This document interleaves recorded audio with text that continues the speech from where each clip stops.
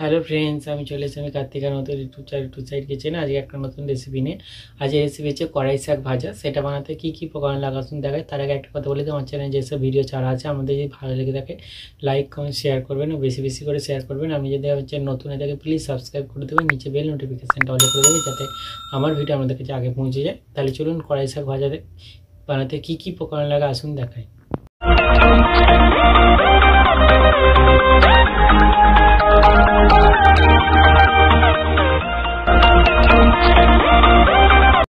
তাহলে কড়াই শাক ভাজা রেসিপিটা বানাতে কি কি উপকরণ লাগে দেখিয়ে দেবো। তার আগে একটা কথা বলে দিই, ভিডিওটা প্রথম থেকে শেষ অবধি দেখার অনুরোধ রইল। তাহলে চলুন রেসিপিটা শুরু করি।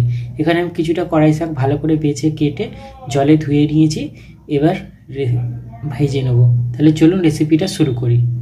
গ্যাসটা জেলে কড়াটা বসিয়ে দিয়েছি, কড়াটা গরম হয়ে গেছে, কড়ায় তেল দিয়ে দেবো। এবার আমি তেলটা ঢেলে দেবো। এবার এর মধ্যে তেলটার মধ্যে দিয়ে দেবো দুটো কাঁচা লঙ্কা।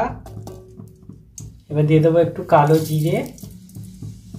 এবার কিছুটা আমি একটা বেগুন আর সিম কিছুটা কেটে রেখেছি ছোটো ছোটো করে ধুয়ে নিয়েছি, দিয়ে দেবো।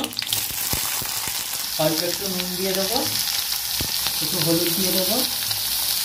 এবার সিমটা বেগুনটা ভেজে দেবো,